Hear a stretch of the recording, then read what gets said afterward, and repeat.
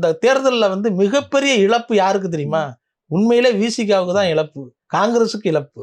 இவங்கெல்லாம் வந்து விஜயை அணுகி அவருக்கு வாழ்த்து சொல்லி விஜய் கூட சேர்ந்திருந்தாங்கன்னா 50 சீட்டுகளாவது காங்கிரஸுக்கு கூப்பிட்டார், ஆட்சியில் பங்குன்னு கூப்பிட்டாரு.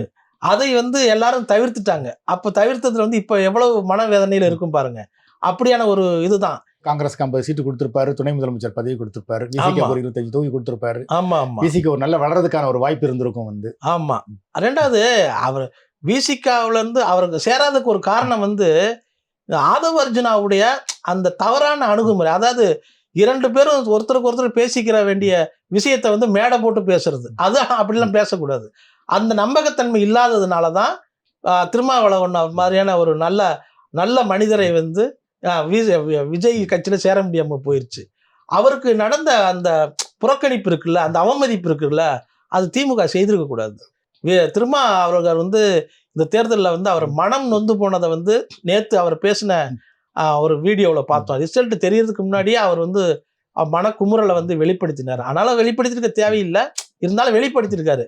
இப்படிலாம் நடந்திருக்கும் போது அதை வந்து திமுக தலைமை செய்யாமல் இருந்திருக்கலாமோ அப்படிங்கிறது வந்து தோணுது.